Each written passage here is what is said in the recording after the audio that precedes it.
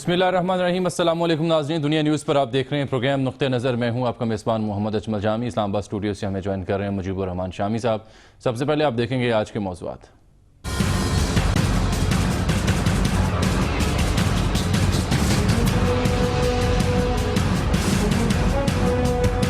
مودی ہو یا را یا کوئی اور، سن لیں ہماری سرحدیں محفوظ ہیں۔ کرپشن کا خاتمہ ہر حال میں کرنا ہے۔ کرپشن کے خاتمے کے بغیر ترقی ممکن نہیں۔ Army chief general Raheel Sharif کا گلگت بلتستان میں سی پیک کانفرنس سے خطاب۔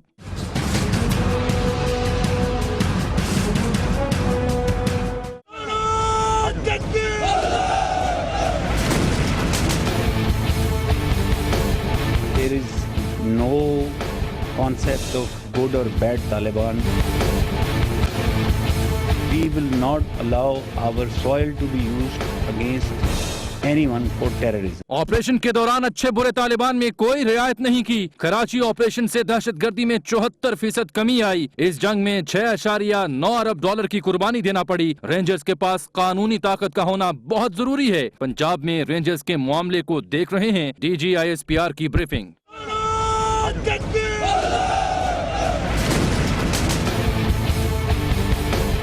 چائنا زندہ باد، پاکستان پائندہ باد۔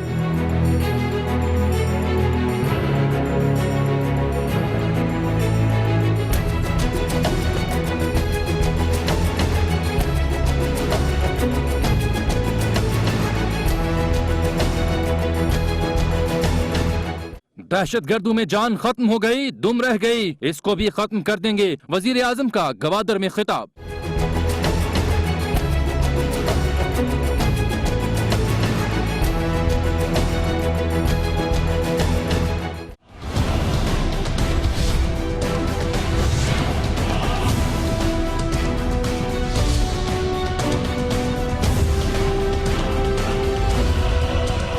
MQM لندن کا MQM پاکستان کے خلاف بیان۔ واسع جلیل نے فاروق ستار کے اعلانات کو مسترد کر دیا۔ کہا مائنس بانی قائد کوئی فارمولہ قابل قبول نہیں۔ الطاف حسین MQM ہے اور MQM الطاف حسین ہے۔ قائد کے خلاف اسمبلی میں کوئی قرارداد قبول نہیں کریں گے۔ لندن سے واسع جلیل کا ٹویٹ کس کی آواز ہے؟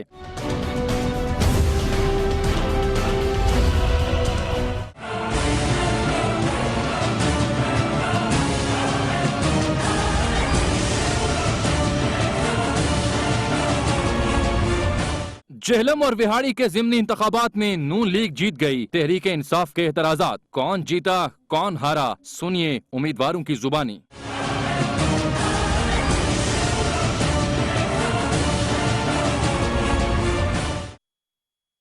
شامی صاحب، آج گلگت بلتستان میں سی پیک کے اوپر ایک کانفرنس تھی جس سے army chief general Raheel Sharif صاحب نے خطاب کیا اور انہوں نے 2 اہم موضوعات پر اظہار خیال کیا۔ ایک تو انہوں نے سی پیک کے حوالے سے کہا کہ اس کی سیکیورٹی کو ہم ہر حال میں یقینی بنائیں گے، اور انہوں نے کہا کہ اسی تناظر میں جو پاکستان کے خلاف سازشیں بنائی جا رہی ہیں ان کو اچھی طرح ہم سمجھتے ہیں، ان چالوں کو اچھی طرح ہم بھانپتے ہیں۔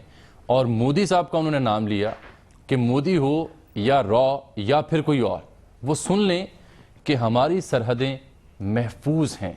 ایک تو یہ ہے ان کا بیان، اور دوسرا بیان ان کا یہ تھا کہ کرپشن کے خاتمے کے بغیر ترقی ممکن نہیں۔ کرپشن کو ہر حال میں ختم کرنا ہوگا، کرپشن اور دہشت گردی کا گٹھ جوڑ توڑنا ہوگا۔ تو یہ 2 مختلف بیانات ہیں۔ پہلے تو بات کر لیتے ہیں جو انہوں نے مودی صاحب کو مخاطب کی ہے۔ یہ خاصا انپریسیڈنٹڈ ہے، بڑا جرأت مندانہ ان کا یہ بیان تھا کہ انہوں نے للکارا ہے۔ کیا پہلے بھی کبھی ایسا ہوا کہ کسی وزیر اعظم کو اس طرح سے آرمی چیف نے ان کا نام لیا؟ دیکھیے، اگر آپ جذباتی طور پر ساری صورتحال کا جائزہ لیں تو پھر تو جنرل راحیل شریف صاحب کا جو بیان ہے اس کو سنتے ہی زندہ باد کا نعرہ لگا دینا چاہیے۔ جی، یعنی ہر پاکستانی جو ہے وہ اسی طریقے سے سوچتا ہے اور اس کی خواہش ہے کہ پاکستان کی سرحدیں محفوظ رہیں اور دشمن اس کو کوئی نقصان نہ پہنچا سکے۔ لیکن اگر آپ تھوڑا سا گہرائی میں چلے جائیں تو جنرل راحیل شریف ایک پاکستانی بھی ہیں، سچے محب وطن بھی ہیں، سپاہی بھی ہیں اور مسلح افواج کے سالار بھی ہیں۔ تو مسلح افواج کے سالار کے طور پر ایک خاص طرح کا ڈسپلن جو ہے اس کا تقاضا ان سے ہوتا ہے. اور آپ کو یاد ہوگا قائد اعظم نے جو نعرے دیے تھے تحریک پاکستان کے دوران, بلکہ جو ایک نصب العین متعین کیا تھا جسے موٹو کہتے ہیں آپ, وہ تھا یونٹی, فیتھ, ڈسپلن, اتحاد, ایمان, تنظیم. بعد میں جنرل ضیاء الحق کو کیونکہ تنظیم اچھی نہیں لگتی تھی اور وہ پارٹی لیس سوسائٹی کی بات کرتے تھے, تو انہوں نے ترجمہ کر دیا نظم, ڈسپلن کا ترجمہ کیا نظم. تو اب جو ہماری فوج ہے اس کا بھی ایک نظم ہے اور ہماری سوسائٹی کا بھی ایک نظم ہے, اور سوسائٹی کا نظم تقاضا کرتا ہے کہ بعض باتیں صدر مملکت کی زبان سے درست معلوم ہوتی ہیں, بعض وزیر اعظم کی ذمہ داری ہیں, اور بعض باتیں ایسی ہیں جو ہمارے آرمی چیف کی ذمہ داری ہیں کہ وہ ان کو ادا کریں. تو آرمی چیف کو اصولی طور پر اگر لوگوں کو وہ یقین دلاتے ہیں کہ آپ کا دفاع مضبوط ہاتھوں میں ہے اور محفوظ ہے, تو اس سے تو قوم میں ایک نیا حوصلہ پیدا ہوتا ہے اور ایک قسم کی توانائی کا احساس ہوتا ہے. لیکن اس سے آگے بڑھ کے جو انہوں نے بات کی ہے, جذباتی ہو گئے وہ شاید. انہوں نے وزیر اعظم مودی کا نام لیا, را کا نام لیا. اب یہ ایک ایسی صورتحال ہے جو وزیر اعظم مودی سے مخاطب ہونا جو ہے یہ کچھ تجاوز معلوم ہوتا ہے. اور میں آپ سے یہ عرض کروں, ہماری تاریخ میں اگر آپ جائیں تو ہم نے بار بار جذباتی ہو کر کچھ حدود سے تجاوز کیا ہے اور اس کا نقصان اٹھایا ہے. یعنی پہلا جو آپ دیکھیں فیلڈ مارشل ایوب خان کے دور میں آپریشن جبرالٹر شروع کیا گیا, یعنی مقبوضہ کشمیر میں لوگ بھیجے گئے کمانڈوز تاکہ وہ وہاں کے مقامی لوگوں کا بیس بدل کے بغاوت کا پرچم بلند کر سکیں. اس کے نتیجے میں پھر کنٹرول لائن پر تصادم ہوا اور پھر 6 ستمبر کی جو جنگ ہے, یہ ستمبر کا مہینہ شروع ہو چکا ہے اور اس کی یہ مہینہ اس کی یاد دلاتا ہے, تو 6 ستمبر کی جنگ تک نوبت پہنچی. اور آج بھی ہم تاریخ میں ڈھونڈتے ہیں کہ آپریشن جبرالٹر کیسے شروع ہوا, کس طرح شروع ہوا, اور اس کی ضرورت تھی نہیں تھی, اس کے نقصانات کیا ہوئے, فوائد کیا ہوئے. اور اسی طریقے سے آپ دیکھیں پھر آپریشن کارگل ہوا. کارگل کے بارے میں بھی آج تک ہم ڈھونڈتے ہیں کہ اس کا حکم کس نے دیا تھا. وزیر اعظم کہتے ہیں میں نے نہیں دیا تھا, آرمی چیف کہتے ہیں وزیر اعظم نے دیا تھا اس وقت کے پرویز مشرف صاحب. تو میری بات کرنے کا مقصد صرف یہ ہے کہ ایک ڈسپلن جو ہے وہی قومیں ترقی کرتی ہیں جو ڈسپلن کو ملحوظ خاطر رکھتی ہیں, اور ہماری فوج تو ڈسپلن کی ایک خاص شہرت رکھتی ہے, اس کا ایک نظم و ضبط ہے, اس میں ساری کوششیں جو ہیں بغاوت کی. لیکن شامی صاحب میں یہ گزارش کرنا چاہوں گا ادب سے کہ یہ فرمائیے کہ آپ نے واضح کیا کہ کچھ باتیں مختلف جو شخصیات ہیں عہدیداران ہیں ان سے ہی منسوب ہوں تو زیادہ بہتر لگتی ہیں, تو کہیں ایسا تو نہیں کہ یہ باتیں جو جس طرح کا بیان آرمی چیف کو دینا پڑا یہ ان شخصیات کے ہاں سے نہیں آیا جہاں ضرورت تھی, جس کا تقاضا کیا جا رہا تھا, جس کی جانب اپوزیشن بھی توجہ دلاتی رہی اور مطالبہ کرتی رہی ہے, وہاں سے اس طرح سے بیان نہیں آیا, اس لیے پھر آرمی چیف کو یہ بیان دینا پڑا؟ نہیں, یہ دیکھیے کس وقت کس شخص نے کن لفظوں میں بات کہنی ہے یہ آپ کو ایک اپنے اجتماعی نظم میں طے کرنا ہوتا ہے. اب یہ نہیں ہے کہ اگر کوئی بات اس طریقے سے نہیں کہی جا رہی جو آپ کی خواہش ہے تو میں وہ آپ کا نام لے کر وہ چیز بیان کرنا شروع کر دوں. تو یہ بہت سی یہ باتیں ہیں. مملکت جب آپ ریاست جو ہے اس کو چلانے والے ان کو بہت نشیب و فراز سے اور زیر و بم سے گزرنا پڑتا ہے, بہت سی احتیاطیں ملحوظ رکھنی پڑتی ہیں. یہ بات درست ہے کہ اس معاملے میں مناسب ہوتا کہ وزیر اعظم قومی اسمبلی میں ایک پالیسی سٹیٹمنٹ دیتے اور ایک اپنی بات پورے توانائی کے ساتھ کہتے. اور اب بھی آپ دیکھیے کہ ابھی چند روز پہلے ہماری جو نیشنل سیکورٹی کونسل کا اجلاس ہوا ہے اس میں بہت فیصلے کیے گئے ہیں اس حوالے سے, بھارت کے حوالے سے اور پاکستان کے دفاع کے حوالے سے اور مسئلہ کشمیر کے حوالے سے کئی اقدامات کے بارے میں اعلان کیا گیا ہے. اور یہ بھی کہا گیا کہ وزیر اعظم اپنے ایلچی بھیجیں گے اور کئی ارکان اسمبلی کا نام آیا ہے مختلف ممالک میں. تو یہ ساری چیزیں ایک ربط کا تقاضا کرتی ہیں, اور اگر کوئی ایسی بات ہے جو کہ کوئی ہمارا کوئی حصہ ہمارا یا کوئی ادارہ ہمارا یہ محسوس کرتا ہے تو وہ حکومت کی توجہ اس طرح مبذول کرا سکتا ہے. لیکن ہمیں دنیا کے سامنے جو کہ میسج دینا ہے نا, وہ ایک ڈسپلنڈ قوم کا دینا ہے, ایک ڈسپلنڈ ریاست کا دینا ہے. ایسا میسج نہیں دینا کہ اس ریاست کے یہ جسد واحد کی طرح ہوتی ہے نا. اگر ہم یہ کہیں کہ اس کے ہاتھ میں, پاؤں میں, ناک میں, کان میں آپس میں کوئی ربط ضبط نہیں ہے تو پھر وہ آپ ایک جسد خاکی نہیں کہیں گے اس کو آپ, پھر وہ اور کوئی صورت پیدا ہو جائے گی. تو یہ ساری چیزیں احتیاط ملحوظ رکھنی ضروری ہے. دنیا بھی دیکھ رہی ہوتی ہے, ہم صرف اکیلا ملک نہیں ہیں, ہم عالمی سطح پر بھی اپنا ایک کردار ادا کرتے ہیں.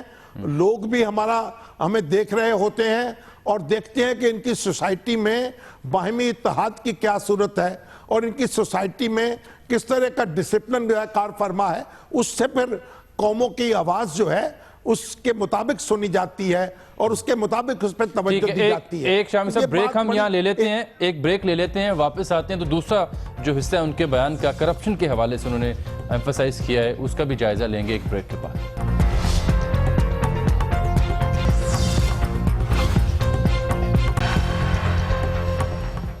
ویلکم بیک ناظرین. شام صاحب, آرمی چیف نے یہ بھی فرمایا کہ کرپشن کے خاتمے کے بغیر ترقی ممکن نہیں ہے, اور انہوں نے یہ بھی کہا کہ کرپشن اور دہشت گردی کا گٹھ جوڑ ہر حال میں ہم توڑیں گے. یہ انہوں نے خطاب کیا ہے آج گلگت بلتستان میں, جہاں پر سی پیک کے عنوان سے کانفرنس کی گئی. انہوں نے کہا کہ سی پیک کے روٹ کو مکمل ہم تحفظ دیں گے. کچھ روز پہلے جو سمٹ بھی ہوا تھا اسلام آباد میں, ایکسپو ہوئی تھی سی پیک کے اوپر, اس میں وفاقی وزیر نے بھی یہ بتایا تھا احسن اقبال صاحب نے کہ 9000 فوجی اہلکار ہیں جو تعینات کیے جائیں گے گوادر سے چین کی سرحد تک, تاکہ اس روٹ کو, اس کی سیکیورٹی کو یقینی بنایا جا سکے. شام صاحب, کرپشن کا ذکر کیا آرمی چیف صاحب نے, اور انہوں نے کہا اس کا خاتمہ جو ہے بہت ضروری ہے, ہر حال میں اس کو ختم کریں گے کیونکہ اس کے بغیر ترقی ممکن نہیں ہے. تو یہ کس کے لیے پیغام ہے؟ دیکھیے, پہلی بات تو یہ سن لیجئے کہ ابھی جو آرمی چیف کے بیان پر ہم نے اظہار خیال کیا ہے, اس سے کوئی نکتہ چینی یا کوئی اعتراض برائے اعتراض مقصود نہیں ہے. ایک یہ توجہ دلانی مقصود ہے کہ جذبات میں بھی ایک احتیاط کو ملحوظ رکھنا بڑا ضروری ہے. اور جو جتنا بڑا منصب دار ہوتا ہے, جتنا بڑا آدمی ہوتا ہے, اس کی ذمہ داری اتنی ہی بڑی ہو جاتی ہے. اس سے کوئی ذاتی بات نہ سمجھا جائے, یہ بڑی وضاحت ضروری ہے. اور ہم بڑا احترام کرتے ہیں جنرل راحیل شریف صاحب کا بھی, اور ہم اپنی افواج پاکستان کا بھی, اور ان کی عزت اور توقیر جو ہے وہ ہماری عزت اور توقیر ہے. لیکن ایک پاکستانی کے طور پر اور ایک تجزیہ کار کے طور پر جو ہم اپنی بات عرض کر رہے ہیں, اس پر میں ہمیں امید ہے کہ ہمارے جو مختلف ہمارے جو یعنی مقتدر ادارے ہیں اس پر ضرور غور کریں گے. باقی رہی بات کرپشن کی, آپ دیکھیں کرپشن, اس بارے میں تو کوئی شبہ نہیں ہے کہ کرپشن کا خاتمہ بہت ضروری ہے. کرپشن سے پاکستان کے وسائل ضائع ہو رہے ہیں, کرپشن سے دہشت گردی پھیل رہی ہے, کیونکہ جب ایسا پیسہ آتا ہے ملک میں جو کسی حساب کتاب میں نہیں ہوتا تو اس سے پھر دہشت گردی پھیلتی ہے, اور اس کو دہشت گردی میں استعمال کیا جاتا ہے. یہ بھتہ خوری, یہ تاوان, یہ ساری چیزیں جو ہیں کرپشن ہی کی صورتیں ہیں. اور میں آپ کی توجہ اس طرف دلاؤں گا کہ قائد اعظم محمد علی جناح نے جو 11 اگست 1947 کو جو تقریر کی تھی, جس کا بڑا شہرہ ہے, جس میں انہوں نے فرمایا تھا کہ پاکستان جو ہے اس میں تمیز نہیں ہوگی ہندوؤں کے درمیان اور مسلمانوں کے درمیان ریاستی سطح پر, اس میں انہوں نے جو بہت زور دے کر بات کہی تھی وہ کرپشن کے خلاف تھی. اور اس تقریر کو آپ پڑھیں، اس کا بڑا حصہ جو ہے وہ کرپشن کی بے کنی کے اوپر بات کر رہا ہے اور کرپشن کے نقصانات قائد اعظم بیان کر رہے ہیں. یہ اس وقت کی بات ہے 1947 کی، اور آج تو معاملہ کہیں آگے جا چکا ہے. لیکن سوال یہ ہے کہ کرپشن ختم ہونی چاہیے، مگر کیسے؟ یہ کرپشن ہم ایک دن میں اس نقطے تک نہیں پہنچی اور ایک دن میں ہم اسے زیرو پہ نہیں لے کے جا سکتے. توانائی فراہم کرنی چاہیے حکومت کو بھی، اپوزیشن کو بھی مل کر. اور سب سے پہلا قدم تو یہ ہوگا کہ ہم جو ٹیکس چور ہیں ان کی نشاندہی کریں، ایف بی آر کو سٹرینگتھن کریں. کوئی ایک پیسہ جو ہے وہ ایسا نہ ہو جو اکاؤنٹ سے باہر ہو. تو یہ کس نے کرنا ہے شامی صاحب؟ یہ آپ تو بتا رہے ہیں کیسے کرنا ہے، کس نے کرنا ہے؟ یہ کیسا؟ یہی سوال ہے. یہ کام کرنا ہے حکومت نے، یہ انتظامیہ نے، یہ ہماری مقننہ نے، یہ ان کا کام ہے اور انہی کو یہ کرپشن ختم کرنی ہوگی. اور یہ پاکستان میں یہ کرپشن جو ہے اس کی سیاست ہم بہت دنوں سے کر رہے ہیں. اپوزیشن حکومت کے خلاف، حکومت اپوزیشن کے خلاف کرپشن کی بات کرتی رہتی ہے اور کرپشن میں اضافہ ہوتا چلا جاتا ہے. تو ہمیں دیکھنا ہوگا ہم اس کرپشن کی سیاست کو ختم کریں، یہ الزام تراشی کو ختم کریں، اپنے اداروں کو مضبوط کریں. اور یہ ایک جہاں آپ دیکھیں اس ملک میں جتنے بھی ٹیک اوورز ہوئے ہیں، آپ چیف مارشل ایڈمنسٹریٹر جو ہیں ان کی پہلی تقریریں پڑھ لیں، فیلڈ مارشل ایوب خان کی تقریر پڑھ لیں، یحییٰ خان کی تقریر پڑھ لیں، جنرل ضیاء الحق کی پڑھ لیں، جنرل پرویز مشرف کی پڑھ لیں. ہر جگہ یہ کہا گیا ہے کہ ہم کرپشن کا خاتمہ کریں گے اور کرپشن ملک کو اپنی لپیٹ میں لے چکی ہے. اور جب وہ ختم ہوتا ہے ماشاءاللہ، یا ٹیک اوور کے اثرات جو ہیں وہ سمٹتے ہیں، تو ہم دیکھتے ہیں کہ کرپشن جو ہے اس میں اضافہ ہو گیا پہلے سے. تو دیکھنا ہوگا کہ کرپشن کو سب کو مل کر سر جوڑ کر ختم کرنا ہوگا اور زیرو ٹالرنس ہونی چاہیے. اصولی طور پر مجھے اس سے اختلاف نہیں ہے، لیکن پھر وہی کام ہے کہ جو کام جس کا ہے اسی کو کرنا ہے. اس کو توجہ دلائی جا سکتی ہے، اس پہ ایک سافٹ پریشر جو ہے وہ رکھا جا سکتا ہے، لیکن ہمارے ملک کے سیاستدان جو ہیں ان کو سر جوڑ کر بیٹھنا ہوگا اور ہماری ملک کے جو ادارے ہیں ان کو طاقت دینی ہوگی. یہاں تو عالم یہ ہے کہ کسی تاجر سے آپ اگر یہ کہتے ہیں کہ اپنا، اور کسی اگر آپ مدرسے سے کہتے ہیں کہ اپنا حساب کتاب دکھائیں، وہ آپ کو آنکھیں نکالتا ہے، وہ کہتا ہے آپ داخل نہیں ہو سکتے ہمارے گھر کے اندر. آپ کو معلوم ہی نہیں ہے کون سا پیسہ کس طریقے سے ملک کے اندر آ رہا ہے، کتنا پیسہ ملک سے باہر جا رہا ہے. تو یہ ساری، یہ کوئی ایک ایسی بات نہیں ہے کہ جیسے کوئی ایسا اس میں اعظم ایجاد کر لیا جائے کہ آپ اس کا ورد کریں گے تو سارے معاملے ٹھیک ہو جائیں گے. یہ ایک مسلسل جد و جہد ہے اور مسلسل جد و جہد کر کے ہم اپنے ملک کو کرپشن سے پاک کر سکتے ہیں. بالکل ٹھیک. شام سے ایک بریک مجھے یہاں لینی ہے، لیکن ایک اور بیان تھا ان کا، انہوں نے پھر یقین بھی دلایا، ہمت بھی بندھائی. انہوں نے کہا کہ پورے یقین سے میں کہہ سکتا ہوں کہ ہم درست سمت میں جا رہے ہیں. یہ بھی آرمی چیف کا بیان ہے، اس پر کچھ کہنا چاہیں گے آپ اس سے پہلے کہ ہم بریک لیں؟ نہیں ٹھیک، اگر دیکھیے انہوں نے یہ بات کہی ہے کہ ہم ہمارا نظام چل رہا ہے، ہمارا دستور چل رہا ہے اور ہمارے ادارے اپنی جگہ کام کر رہے ہیں. کرپشن جو ہے وہ منیمائز ہوئی ہے پہلے سے. اب دیکھیے ایک آپ انتہائی اعلیٰ سطح پر اگر آپ دیکھیں گے تو آپ کرپشن کی وہ کہانیاں ہم نہیں سنتے جو آج سے چند سال پہلے سنتے تھے. تو ہمیں، لیکن اگر ہم یہ کہیں کہ کرپشن ختم ہو چکی ہے اور ہر شخص جو ہے وہ پاک صاف ہو چکا ہے، یہ ایسا بھی نہیں ہے. زیریں سطح پر کرپشن بڑی مقدار میں موجود ہے اور اوپر کی سطح پر بھی مسلسل نگرانی کی ضرورت ہے. اور آپ دیکھیے اس وقت جو پروجیکٹس ہمارے لگ رہے ہیں اور جو چل رہے ہیں ان کے بارے میں کرپشن کی کوئی ایسا کوئی ثبوت پیش نہیں کر سکا، کوئی مشاہدہ، کوئی شواہد پیش نہیں کر سکا. تو ہمیں اس کا بھی اعتراف کرنا چاہیے. اور آرمی چیف نے جو بات کہی ہے کہ ہم درست سمت میں چل رہے ہیں، وہ ہمارے ادارے کام کر رہے ہیں.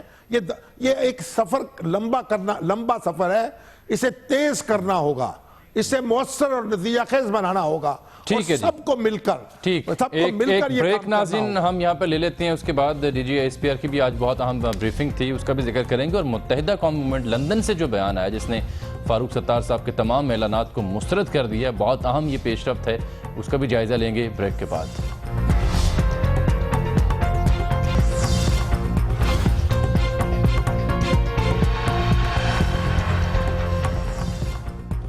ویلکم بیک ناظرین. شام صاحب, آج D G S P R general Asif Bajwa کی بھی پریس بریفنگ تھی, بڑی طویل. انہوں نے بڑی تفصیل کے ساتھ جو آپریشن ضرب عزب ہے اس کا ذکر کیا, جو افغان سرحد ہے اس کے معاملے پر بھی اظہار خیال کیا, کراچی آپریشن کا ذکر کیا, بلوچستان کا ذکر کیا, تو داعش کا بھی انہوں نے ذکر کیا. تو انہوں نے یہ بتایا کہ اب 74% کمی آئی ہے کراچی آپریشن کے بعد کراچی میں دہشت گردی کے واقعات میں. اور انہوں نے کہا کہ داعش کے جتنے بھی سرکردہ لوگ تھے 300 انہوں نے تعداد بتائی, بشمول ان کے جو امیر ہیں وہ گرفتار کیے جا چکے ہیں, اور داعش کا سایہ پاکستان میں ہم نہیں پڑنے دیں گے. اس کے علاوہ انہوں نے بتایا کہ جو جنگ ہے دہشت گردی کے خلاف, اس میں 6.9 ارب ڈالر کی قربانی ہمیں دینا پڑی ہے. اور وہ جو کہا جاتا ہے اچھے برے طالبان, انہوں نے اس کو بھی ڈیناؤنس کیا کہ ایسی کوئی تمیز کسی آپریشن میں نہیں رکھی گئی, حتیٰ کہ حقانی نیٹ ورک کے خلاف بھی ہم نے کارروائی کی. اور افغان سرحد پر ان کا ہم تو چوکیاں بنا رہے ہیں لیکن افغانستان اس سلسلے میں تعاون نہیں کر رہا, اور جو مداخلت ہے بھارت کی بلوچستان میں وہ ثابت ہو گئی کیونکہ کلبھوشن یادو کا نیٹ ورک پورا کا پورا ہم نے پکڑا ہے. تو ساتھ انہوں نے کہا کہ 3 سال پہلے کراچی میں ایک کال پر پورا کراچی شہر جو ہے وہ جل اٹھتا تھا, اب ایسی صورتحال نہیں ہے, اور جو لوگ پاکستان کے خلاف نعرے لگا رہے ہیں ان کے خلاف ہم کارروائی کریں گے. رینجرز نے 22 اگست کو ایم کیو ایم کے رہنماؤں کو بلایا تھا تاکہ ان سے یہ پوچھا جا سکے کہ جن لوگوں نے اشتعال انگیزی کی, فسادات کی, ان کی شناخت کریں آپ. اور رینجرز کا ذکر کرتے انہوں نے کہا کہ رینجرز کے پاس قانونی جو طاقت ہے وہ ہونی چاہیے. پنجاب میں بھی رینجرز کے معاملے پر ہم غور کر رہے ہیں, تو کیا پنجاب میں رینجرز آ رہے ہیں؟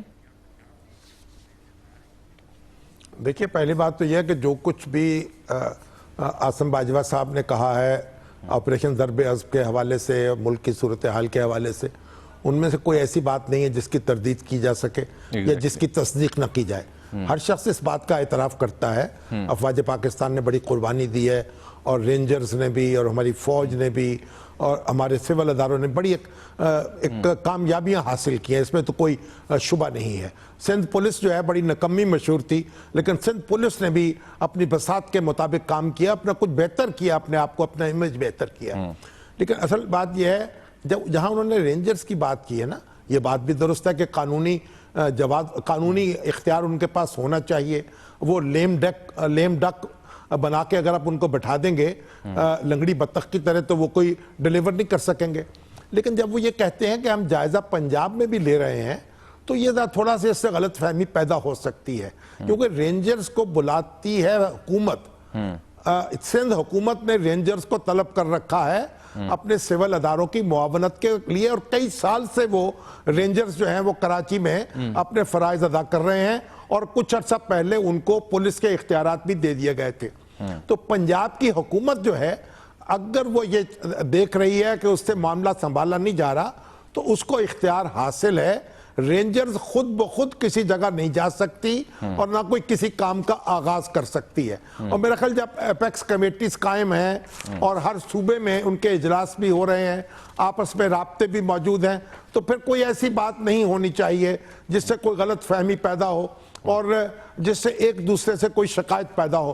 مناسب بات یہ ہے کہ سول انتظامیہ اور ہماری جو فوجی حکام ہیں ان کے درمیان ایک رابطہ ہو, اور جہاں بھی ضرورت محسوس کریں وہاں کارروائی ہونی چاہیے بلا تمیز. اور جہاں تک تعلق ہے اچھے اور برے طالبان کا اور حقانی نیٹ ورک کا, یہ بات بھی انہوں نے بالکل ٹھیک کہی ہے. لیکن دنیا جو ہے اس میں ہمارے جو خاص طور پر امریکہ میں اور اس کے جو ہوائی ہیں, ان میں ہماری یہ بات سنی نہیں جا رہی, اور وہ اپنی بات کرتے چلے جا رہے ہیں اور ہم اپنی بات کرتے چلے جا رہے ہیں. ہمیں ان کی بات کا توڑ کرنے کے لیے کوئی مزید کوشش کرنی ہوگی. اور پھر جہاں تک افغانستان کا تعلق ہے, ابھی آپ نے دیکھا کہ افغان بارڈر پر کس طرح کی صورتحال پیدا ہوئی, اور چند جو تھے چمن پہ کرائے کے ٹٹو وہاں لائے گئے جنہوں نے نعرے لگائے, اور پھر بڑا درست فیصلہ کیا کہ بارڈر کو سیل کر دیا گیا, بند کر دیا گیا. اور اب افغان حکومت نے, افغان حکام نے معذرت کی ہے اس پر, تو پھر یہ بارڈر دوبارہ کھولا گیا ہے. پاکستان کو ہر قیمت پر یہ بارڈر جو ہے وہ مینیج کرنا ہے, اس کو کھلا نہیں چھوڑا جا سکتا.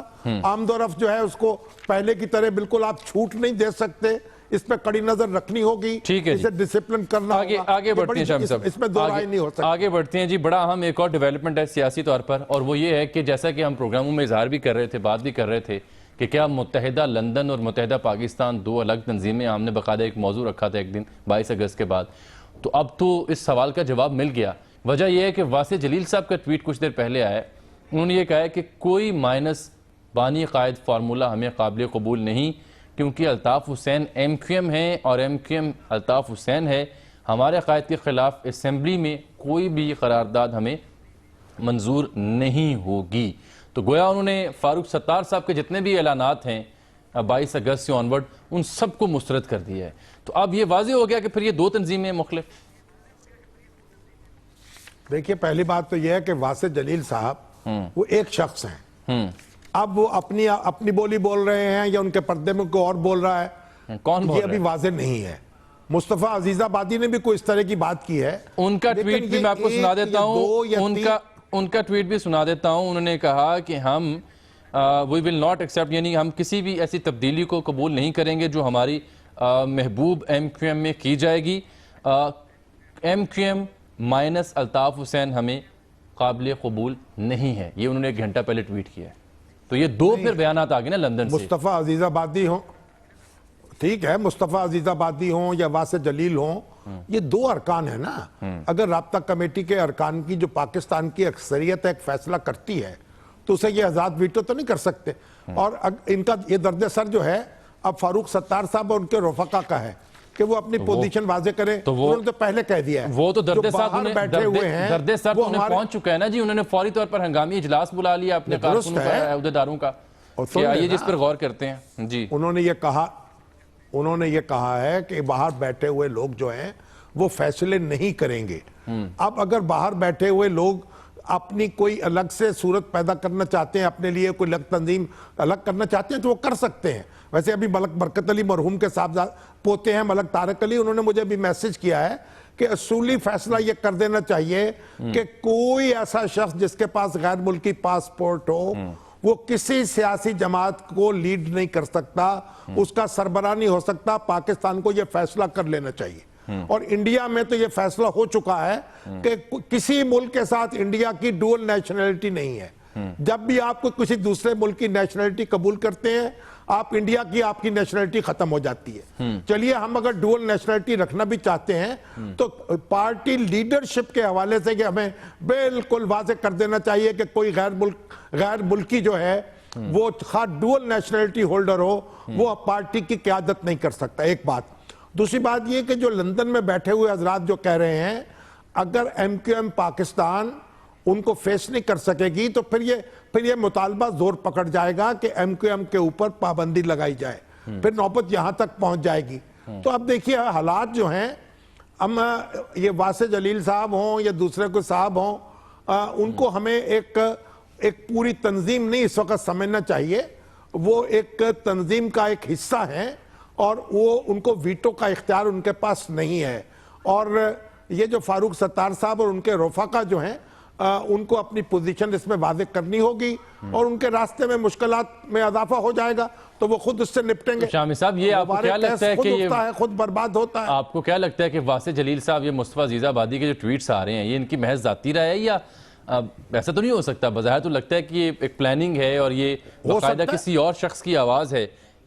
کیونکہ آپ کو یہ بتا دوں کیونکہ آج ہی اس بات پہ غور ہو رہا تھا کہ کس نوعیت کی قرارداد مذمتی فاروق ستار اینڈ کمپنی یا پارلیمنٹیرین جو ان کے ہیں وہ لے کے آئے قومی اسمبلی میں.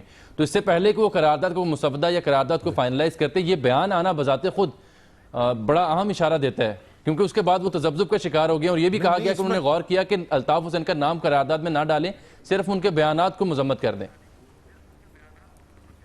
نہیں اب یہ بھی تو آ رہا ہے نا کہ جھنڈے سے بھی ان کا نام نکالا جا رہا ہے. جھنڈے کے بارے میں وہ بتا رہے تھے کہ ان کا نام جو سفید حصہ اس پہ جی الطاف لکھا جاتا تھا تو وہ تو اتار دیا. اب جو جھنڈے ان کے پاس اسٹاک میں پڑے تھے وہ کاٹ دیے گئے ہیں، ان میں پتنگ آ گئی ہے. اب آپ مجھے یہ بتائیے کہ اس میں آپ کو کیا پریشانی لاحق ہو رہی ہے؟ کس بات میں؟ یہ ان کا کام ہے، وہ نبٹ لیں گے اس کو. اگر الطاف حسین صاحب کی اشیر بات سے بول رہے ہیں واسع جلیل صاحب یہ بھی واضح ہو جائے گا. تو اس وقت تو جو فاروق ستار صاحب ان کے رفقا ہیں وہ تو الطاف حسین صاحب سے قطع تعلق کر چکے ہیں اور اگر وہ ان کو چمٹے رہیں گے، کمبل ان کو نہیں چھوڑے گا تو پھر ان کے لیے مشکل پیدا ہوگی. وہ خود ان کا درد سر ہے. میں کہا ہمیں اس پہ انتظار کرنا چاہیے اور دیکھنا چاہیے. وہ لوگ ان کے ہاتھ مضبوط ہوں گے جو کہہ رہے ہیں کہ ایم کیو ایم پر پابندی لگائی جائے، اور جو لوگ یہ الطاف حسین صاحب کے فلسفے کے خلاف ہیں وہ اپنی ایک نئی جماعت بنا لیں، جیسے مصطفیٰ کمال نے بنائی ہے وہ بھی ایک نئی جماعت بنا سکتے ہیں. لیکن یہ کیسے بالآخر یہ اونٹ کس کروٹ بیٹھے گا، تھوڑا سا انتظار کر لیتے ہیں اس پر. تو کیا لگتا ہے آپ کو فاروق ستار صاحب آج ہی پھر واسع جلیل اور مصطفیٰ عزیز آبادی کے بیانات کو بھی ڈیناؤنس کر دیں گے بالکل ویسے ہی جیسے الطاف حسین کے بیان کو انہوں نے ڈیناؤنس کیا تھا؟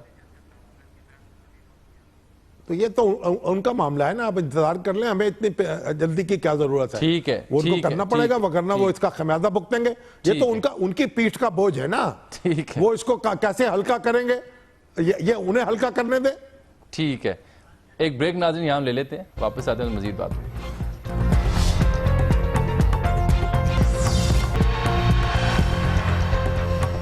ویلکم بیک ناظرین. شام صاحب آج آپ اسلام آباد میں خیریت سے؟ دیکھیے ہمارے جو پاکستان آبزرور کے چیف ایڈیٹر زاہد ملک صاحب تھے وہ انتقال کر گئے. ان کو پینکریا کا کینسر تھا، وہ علاج کرا کے چائنا سے تشریف لائے اور روب صحت تھے، اور 80% ان کا مرض ختم ہو چکا تھا کہ اچانک طبیعت میں پھر خرابی پیدا ہوئی اور دل کا دورہ ان کو پڑا اور وہ خالق حقیقی سے جا ملے.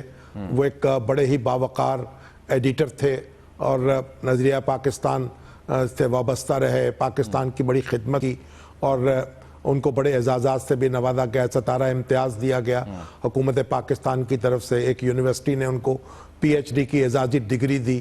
کئی کتابیں انہوں نے لکھی ہیں عبدالقدیر خان صاحب پر، پاکستان کے ایٹمی پروگرام پر، اور بڑی ایک مرنج ان کی طبیعت تھی اور دلوں کو جوڑنے والے تھے. پل کا کام کرتے تھے معاشرے کے مختلف طبقات کے درمیان، اور یہ ان کا خلا جو ہے اس کو مدتوں شاید پر نہ کیا جا سکے.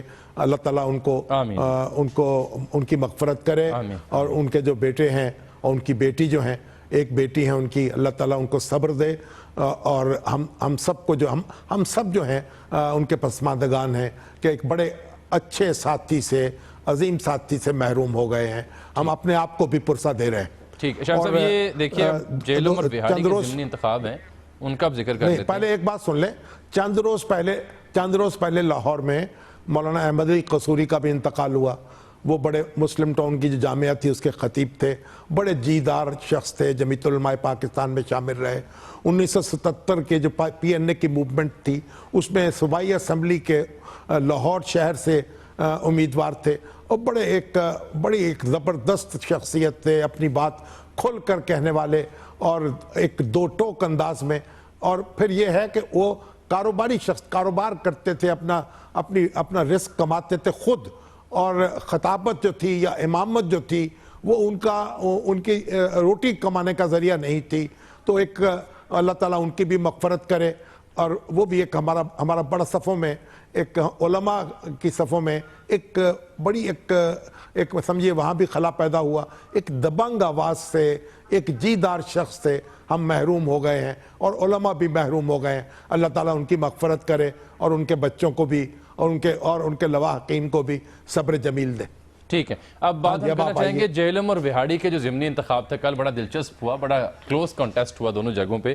اب اس میں نون لیگ تو دونوں سیٹیں جیت گئی نا جی، 63 کی بھی اور وہاڑی 232 کی بھی. لیکن تحریک انصاف کے امیدواروں کو خاصی اعتراضات ہیں، بالخصوص فواد چودھری صاحب جو کہ ہمارے صحافی بھائی بھی ہیں، اینکر بھائی بھی ہیں. فواد چودھری صاحب نے بھی اعتراضات کیے ہیں، انہوں نے بھی اعتراضات کیے ہیں. جی تو اب یہ جو چاروں امیدوار تھے، ہم کوشش کرتے ہیں ان سے مختصر بات کر سکیں کیونکہ پروگرام ختم ہونے والا ہے. یہاں پر NA 63 میں تو 82,896 لیے نون لیگ نے اور 74,077 لیے فواد چودھری صاحب نے. لیکن جو وہاڑی تھا وہ بہت ٹف تھا، 51,323 جیتنے والے اور 50,267 ہارنے والے کے حصے میں. فواد چودھری صاحب ہمارے ساتھ موجود ہیں، ان سے ہم بات کر لیتے ہیں کیونکہ وہ ساری رات جاگتے رہے اور بائیکاٹ بھی انہوں نے کیا ہے. چودھری صاحب، کیا مسئلہ ہوا جو آپ نے بائیکاٹ کیا نتائج کا؟ گنتی کا بائیکاٹ کیا. جی نہیں، نتائج کا یہ گنتی کا بائیکاٹ. جی وہی گنتی کے پروسیس کا. ایک تو یہ ہوا سر کہ دیکھیں 11 بجے چیف منسٹر صاحب نے اور اس سے پہلے 9 بجے میڈیا نے ریزلٹس ریلیز کر دیے. چیف منسٹر صاحب نے مبارکباد دے دی. کون سے منسٹر صاحب نے؟ چیف منسٹر کی بات کر رہے ہیں. شہباز شریف صاحب نے اپنے امیدوار کو 11 بجے مبارکباد دے دی. اس سے پہلے 9:30 بجے DCO آفس کے الیکشن سیل نے نتائج جاری کر دیے. پہلی بات تو یہ ہوئی. الیکشن کمیشن میں پہنچا، انہوں نے کہا کہ ہمارے پاس صرف اس وقت 90 جو پولنگ اسٹیشن ان کے ریزلٹس ہیں، باقی ابھی آ رہے ہیں.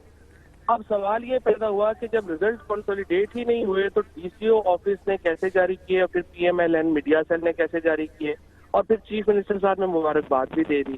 تو پہلی تو ہم نے یہ کہا اور پھر 3 بجے میں نے اس وقت 147 بیگ نہیں آئے, صبح 6 بجے تک 47 بیگ رہ گئے اور پھر تقریباً 10:30 بجے جو ہے وہ بیگ پورے ہوئے. اور میں نے کہا کہ 6 بجے تک بھی اگر آپ کے پاس بیگ نہیں ہے تو آپ, اور یہ جو ایریاز ہے جو تمام مین ایریاز ہے ہم لینڈ سلائڈ جیتے, جو بیک بہت ریموٹ ایریاز ہیں وہاں سے پی ایم ایل این اور وہاں پہ جو اپنا پولنگ ہوئی ہے وہ بھی 80% ہو گئی ہے. تو obviously وہ ہمارا فواد ایک بات سنیے, آپ دوبارہ گنتی کا آپ نے مطالبہ کیا ہے؟ جی سر, اب ہم 103 سیکشن میں الیکشن کمیشن میں گئے ہیں, ہم نے کہا ہے نہیں فواد وہ درست نہیں ہے, لہذا آپ ری کاؤنٹ. ٹھیک ہے فواد صاحب, بہت شکریہ آپ کا. اب راجہ مطلوب صاحب بھی ہمارے ساتھ موجود جو یہاں سے الیکشن جیتے ہیں. راجہ صاحب, فواد صاحب نے اعتراض لگایا ہے کہ ایک تو وقت سے پہلے نتائج ڈی سی او آفس نے ریلیز کر دیے, پھر 147 تھیلے نہیں بھی پہنچے تھے, صبح 6 بجے تک 47 تھیلے رہ گئے تھے, تو اس لیے وہ دوبارہ گنتی کی درخواست دے رہے ہیں. آپ کیا کہتے ہیں ان کے اعتراض پر؟ بسم اللہ الرحمن الرحیم.